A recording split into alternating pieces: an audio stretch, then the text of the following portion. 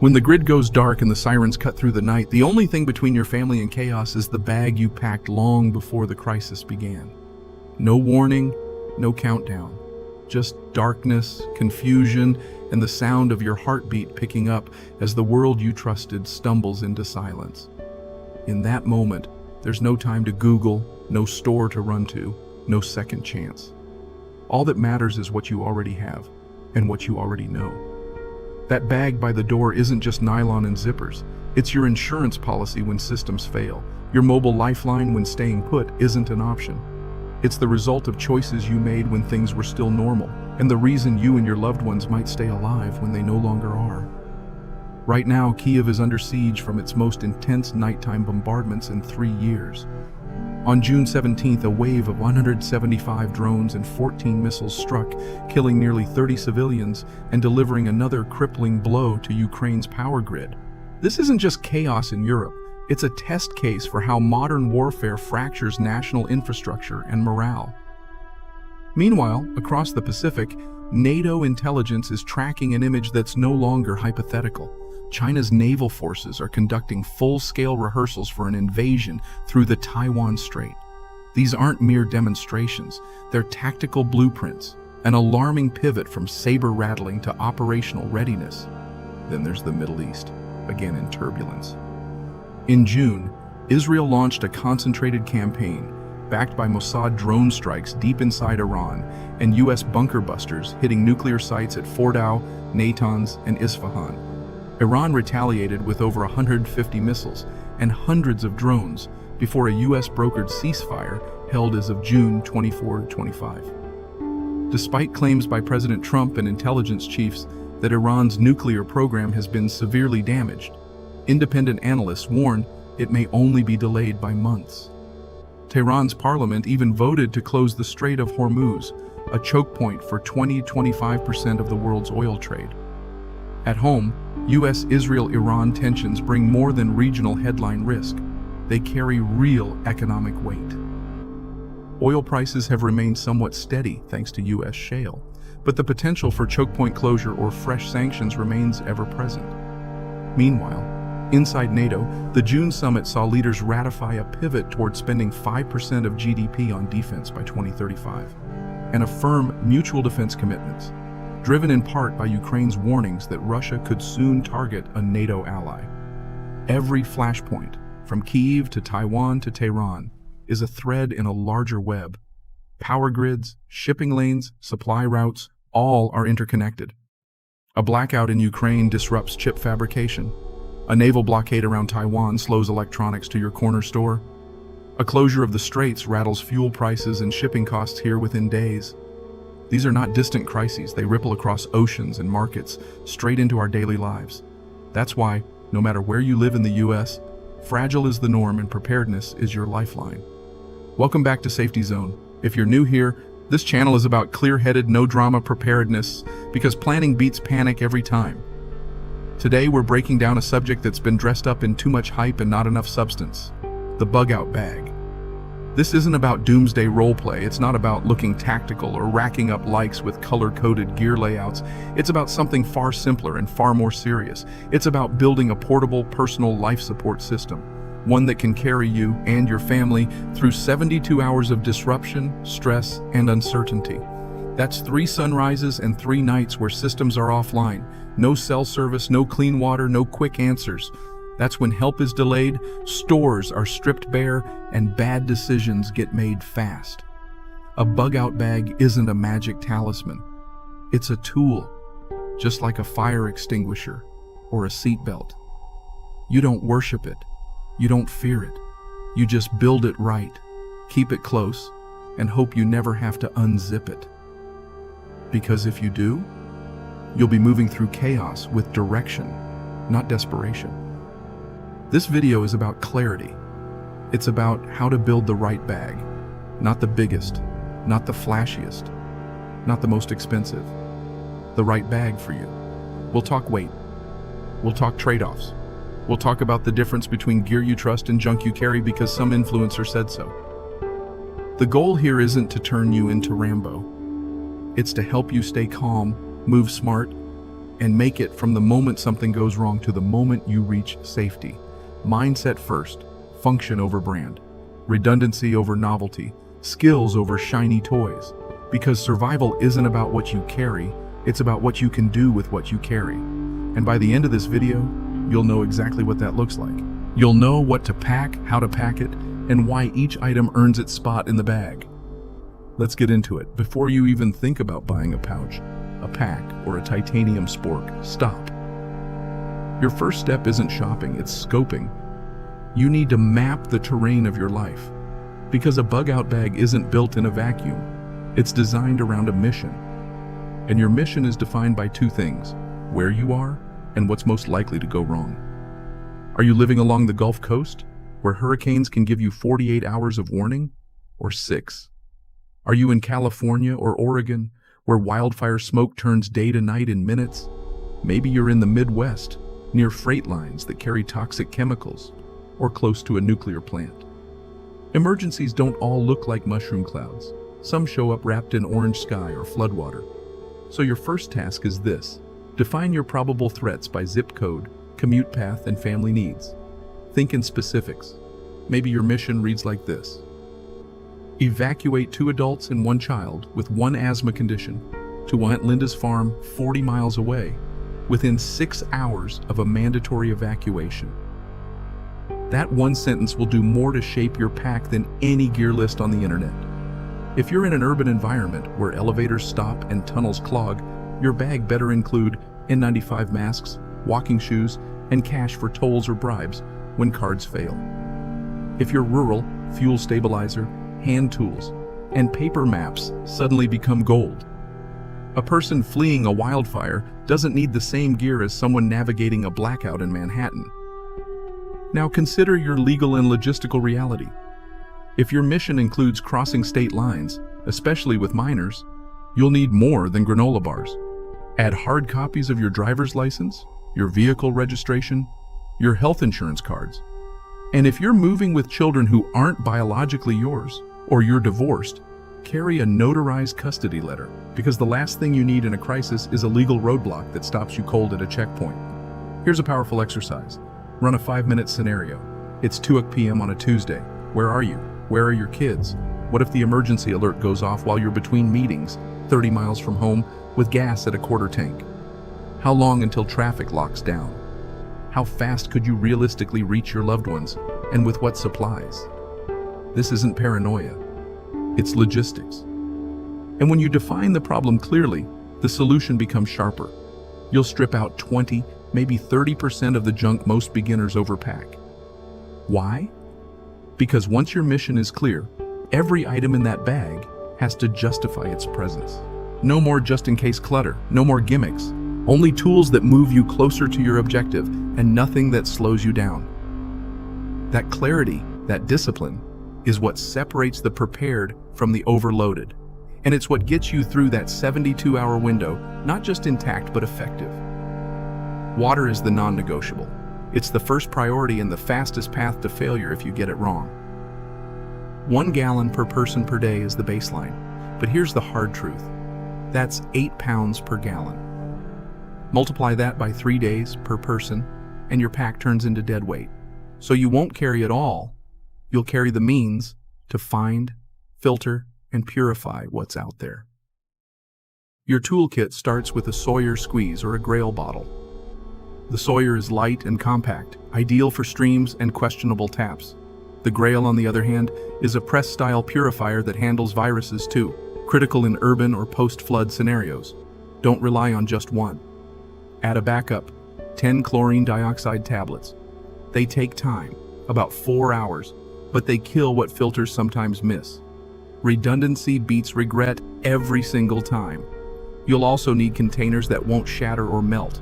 2 rigid Nalgene bottles, 1 liter each, give you flexibility, durability, and clarity. You can measure, treat, and boil in them if needed. They're bomb-proof, and they won't leak when tossed into a trunk or slammed against concrete. Once water is covered, food follows. Not comfort food, not novelty rations. You're packing fuel, and every ounce has to pull its weight. Skip the military MREs unless you're in sub-zero temperatures or crossing a war zone. They're heavy, bulky, and full of sodium. Instead, build a daily kit with 20,400 calories of real, shelf-stable nutrition. Think dry, dense, and durable. Vacuum-sealed nut mixes for protein and fats. Dehydrated hummus packs for fiber and taste. You just add clean water. Flat tortillas pull double duty as calories and utensils. Add a titanium spork, and you're good to go. Now you'll need heat. A 750 milliliter titanium pot lets you boil water, rehydrate food, or brew morale-saving coffee. Nest it with a compact stove like the BRS 3000T and a 4-ounce butane canister. That setup? It weighs less than your phone and boils water in under 3 minutes. Plus, it'll survive drops, dings, and the bottom of your pack without issue. High output, low profile. Shelter is your personal climate control. It doesn't have to look like REI gear porn to save your life. A 5x7-foot Silnylon tarp gives you instant shade, windbreak, or cover from rain. It's lightweight, waterproof, and folds down to the size of a burrito. Add 6 aluminum stakes and 30 feet of 550 paracord, and you can pitch it in half a dozen configurations depending on terrain, weather, and time. No tent poles, no fuss, just options. Pair that tarp with a Saul bivy sack, and now you're insulated down to 40-degree roof, even if all you've got on is jeans and a hoodie. The bivy reflects body heat, sheds water, and stuffs into a side pocket. It's not a hotel, but it keeps you dry, warm, and breathing when conditions turn hostile. That's the win. Security isn't about being armed to the teeth. It's about deterrence and staying informed. If you want a legal, accessible layer of defense, carry pepper spray in a belt holster. In most U.S. states, it's legal, effective, and doesn't escalate the situation. But your best weapon is always awareness. Knowing where you are, who's near you, and where you're going before the threat shows up. Clip a Phoenix E12 V3 flashlight to your sternum strap. It throws 200 lumens, enough to navigate trails, read a map, or disorient an aggressor just long enough to move. Light equals information. It also equals visibility, signaling, and reassurance. Round this out with a few mission-critical tools. A multi-tool with pliers, scissors, and drivers to handle basic repairs or improvise. A fixed blade knife, under 4 inches, to comply with most state laws but strong enough to baton wood, cut cordage, or prep food. And finally, a roll of 3-inch medical tape. Not just for injuries, it can seal tears in your tarp, reinforce cracked gear, or patch a shoe when duct tape fails. It's light, it's versatile, and you'll be glad it's there. What you've got now is not a survival fantasy. It's a loadout designed for real-world disruption. Clean water, hot calories, dry shelter, basic deterrence. All under 20 pounds, and all chosen for one purpose, to move you from danger to safety without guesswork or wasted effort. Aim for 10% of your body weight as a baseline, 15% tops if you're fit and practiced. For a 180-pound adult, that's 18 to 27 pounds including water. A 40-liter pack with a frame sheet, not a commuter backpack, distributes that load. Organized by urgency. Top lid stores. Rain jacket, gloves, and energy chews, the first things you'll need on the move. Main compartment holds water kit, high for gravity, food mid-pack against your spine, shelter items low for ballast. External side pockets house quick grab med kit and headlamp. Waist belt pockets get map, compass, and redundant lighter. Dry bag liners color-coded by category save rummage time and act as impromptu buckets or pillows. Mobility matters. Test stairs, jog 100 yards, and crawl under a desk with the bag on. If straps slip or hot spots bloom on your hips, adjust now, not during evacuation. Finally, incorporate a detachable day sling, big enough for wallet, phone, filter, and snacks, so you can cache the main pack and scout short distances without losing essentials. Tech can save weight but dies without electrons. Pack a 10,000 mAh power bank paired with a 2-ounce 20-watt solar panel that trickle charges while you walk. Store a thumb drive encrypted with BitLocker or VeraCrypt containing scans of IDs, prescriptions, home insurance photos, and a CSV of emergency contacts. Keep the decryption key on laminated paper hidden under the power bank sleeve. If you forget the password under stress, that backup saves your data and your sanity. For comms, a dual-band Baofeng UV5R, pre-programmed with local NOAA WX frequencies, neighborhood repeater channels, and FRS simplex, turn silence into intel. Clip a mini notebook and space pen to log frequencies, dates, or injury notes when batteries die. As for nav, download offline USGS topo tiles to your phone via Gaia GPS, but print a folding map anyway. Ink never hits 0%. A flawless pack is useless if you fumble with it in the rain. Quarterly, schedule a 12-hour field day. Drive 30 miles out, hike 5, set tarp blindfolded, cook dinner, filter river water, and night nav back. Logging real miles reveals weak shoulders, leaky bladders, and forgotten batteries. For families, assign roles. The strongest adult carries shelter and tools. The second adult manages first aid and documents. Children over 8 tote their own snacks, water, and morale items like a packable card game. Rehearse a 3-signal evacuation code: text, phone, and physical note, so everyone knows when to initiate Plan B. If grandma can't hike, pre-stage her meds and a duplicate bag at her neighbor's house with a signed consent for emergency pickup. The objective is choreography, not chaos. Prepping shouldn't bankrupt you. Start with what you already own: school backpack, stainless water bottle, and that old fleece. Spend the first $50 on water custody, filter, and tablets. Next, allocate $50 on a used 40-liter hiking pack from a thrift store. Look for intact zippers and a padded hip belt. $10 Harbor Freight headlamp plus alkaline batteries buys you light. Gradually replace weighty gear. Swap the cotton hoodie for a synthetic grid fleece off-season sale. Trade canned chili for freeze-dried beans when REI runs annual dividends. Keep a next purchase list ranked by life-saving priority, not Instagram aesthetics. Over 1 year, even tight budgets can converge on a lean, mission-ready bag. Global fault lines aren't vanishing, they're multiplying. From cyber attacks on U.S. infrastructure to the weaponization of rare earth minerals, from escalating droughts to sudden port closures, we're living in a world where the old idea of normal is no longer reliable. Energy bottlenecks, climate shocks, financial instability, and great power rivalries virtually guarantee more frequent supply chain jolts. Empty shelves aren't theory, they've already happened. Grid failures aren't fiction, they're now seasonal. That means preparedness isn't a trend, and it's not a personality type. It's not fringe. It's a baseline. Just like exercise, like home insurance, like retirement savings, it's something you do because you're rational, not because you're scared. You don't need to obsess. You need to integrate.